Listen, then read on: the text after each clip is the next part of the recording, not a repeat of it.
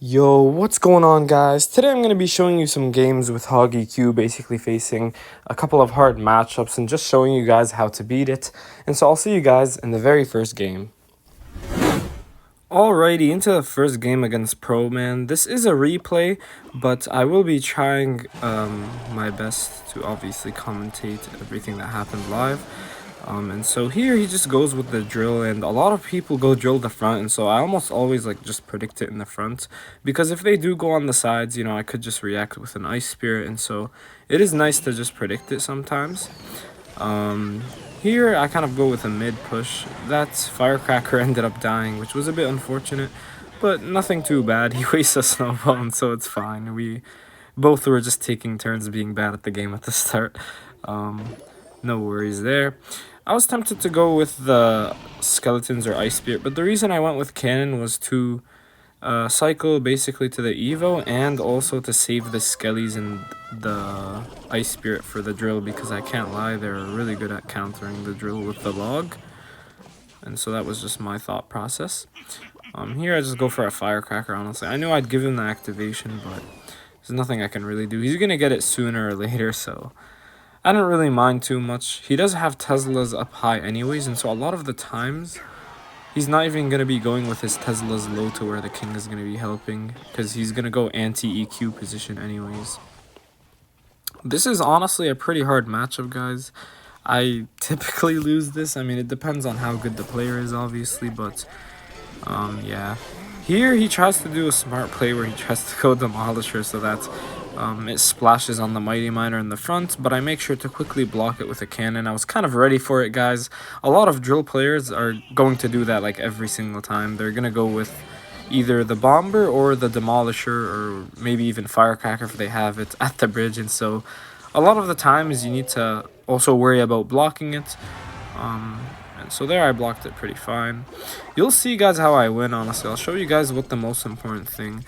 And so I guess the most important thing is, blocking the drills. That cannon was so important. He tries to go for a snowball because it slows down the cannon, and he would have gotten a few goblin hits, but I was ready for the log. You guys always need to be super ready for those plays.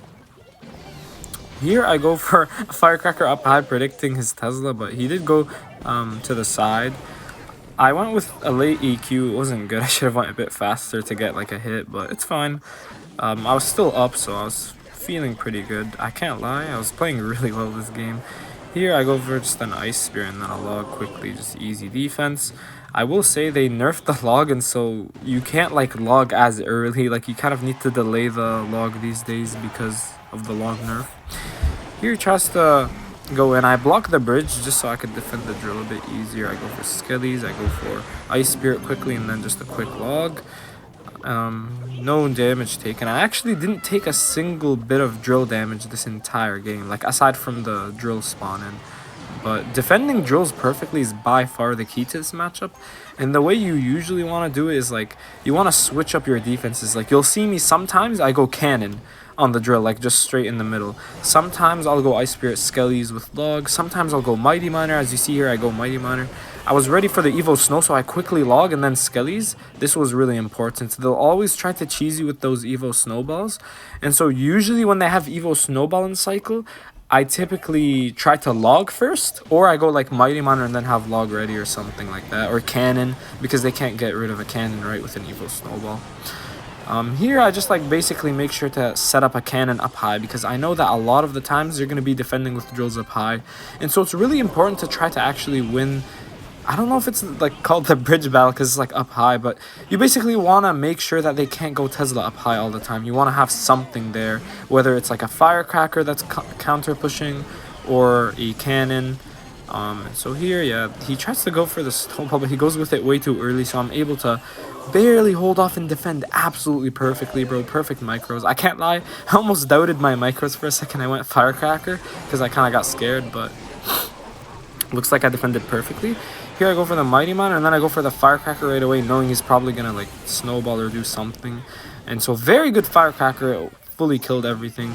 I just go for a hog. I keep pressuring. He goes for a Tesla, but I go EQ first, knowing that I need to delay the skellies anyways. And so that was important that I went EQ first, because I'll be back to it faster for my offense here. And as you see, guys, I go for another hog, and he's not back to anything. I go for the EQ, knowing he's going to have to go drill, because I knew I outcycled his Tesla.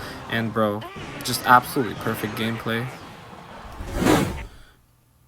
Alright, into the next game against Tulin. And so they were playing the variation also with Tesla, but they had Goblinstein. It's like a pretty popular deck, and it has arrows. Yeah, snowball and arrows, which is quite annoying because the arrows is really good at countering the firecracker. But here he actually goes with a really aggressive arrows and actually gets a bit of damage, unfortunately. I just didn't expect all of that first play, I can't lie. But no worries there. It's not the end of the world. It's just like 400 damage. Here I knew that he wasted his Tesla randomly, and so I knew I could just go like Ice Spirit, and then I'm gonna go like EQ Hog at the bridge, and then Firecracker, because I knew he wouldn't really have anything like too good to counter the Hog. He would have to give me some sort of value with the Firecracker. And so like here he kind of panic snowballed because he didn't want the Ice Spirit to freeze.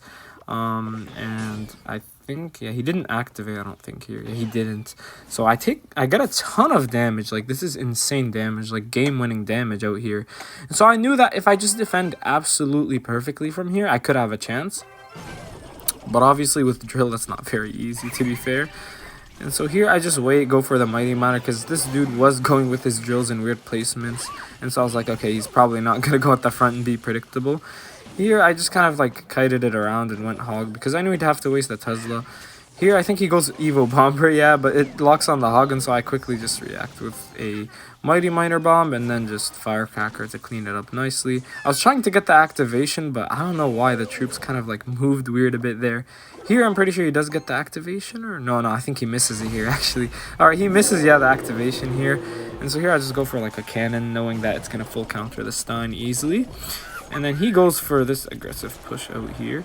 And so what do? Ice Spirit, and then I think I just, yeah, I got a late log down. I kind of missed the log, which is really bad, so I took an extra hit. That's really, yeah, bad by me. But it's fine, honestly. I'm still up damage. Like, I was generally playing okay. Like, a few micro mistakes are okay, as long as you know, generally play well. Here, this was such a good Firecracker. It killed the guards, killed the bomber, and it killed the Tesla, allowing me to go for another Hog Rider because he didn't have it in cycle. Because he only played like 2 cards after the Tesla, so I knew he wasn't back to it anytime soon. And so we get some Firecracker damage. Very good. All chip matters in these matchups. Here, I just wait and go for the Mighty Miner, knowing that he's probably going to predict arrows. And so I just go for Cannon, Skellies, Ice Spear on the guards and perfectly defend them.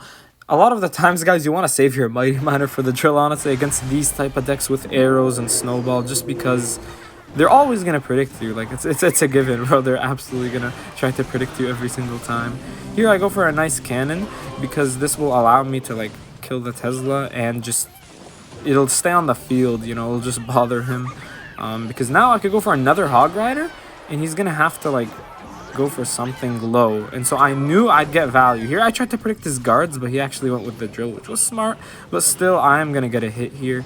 I guess smart drill by him, you know, not being predictable, because if that log hit the guards, I would have EQ'd, and then that would have been game. But he was smarter than that. Here, I don't know how the bomber doesn't go for the cannon. Maybe I misplayed it. I probably should have played at tile higher, honestly. That's honestly fine, though. Here, I tried to protect to, like, kill the Tesla so I could go in, but he does a good job of protecting the Tesla by going arrows. Here, I just go with the cannon and then, yeah, Mighty Miner instead, so the snowball doesn't, like, destroy me. Good log just to make sure that the bomber doesn't do anything. And here I go for another hog, if I'm not wrong. No, I don't. Yeah, okay. Well, I guess the cannon was actually smarter. But yeah, it's important against drill to not just like randomly spam hog riders. Like, I know some people just get desperate for damage and they start going hog riders. As you see, I don't do that. I try to set up a push either with like the cannon, like kind of just to block up the Tesla, or I try to have something counter pushing. And so yeah, you don't want to go for hogs randomly or else they just easily defend. Alrighty, into the third game against Conti Tesla. This dude does have a top 100 if I'm not wrong. He's a pretty good player. And as you see, guys, he has an absolute hard counter here. Balloon, snowball, bomb tower. This is so hard for Firecracker, Hog EQ, especially when I have cannon. I don't have like a Tesla or anything to kill the balloon really. And so balloon defenses are quite hard, considering they could distract the Firecracker with the miner. Like, even if they don't kill it, if they just distract it long enough, the balloon is going to get a hit. And a lot of the times they will distract it by going barb barrels up high. They'll go miners. So here, he didn't go balloon.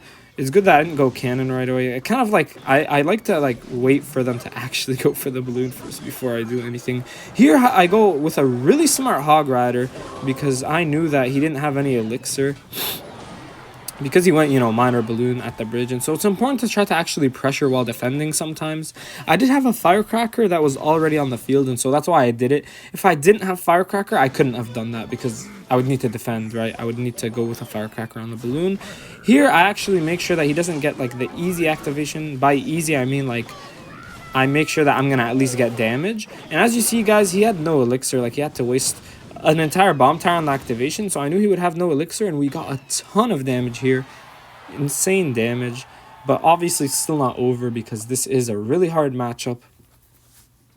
So, I mean, honestly, when it comes to these types of matchups, like, not only does your offense have to be perfect, sorry, but your defense also has to be perfect. And I'll also show you guys, like, how I defend the balloon. Here, I actually leak elixir. This was important because, like, if I went with anything, if I go for a cannon, if I go for a Firecracker, if I go for anything, he's going to go opposite lane and he's going to try to punish me. And I kind of need my skellies and my other stuff, like my small units, to basically kill his musk and kill his miner, like going skellies on the miner so he doesn't get too much chip. Everything is important in this deck, except, like, I guess the log isn't as important, but it still is pretty important sometimes.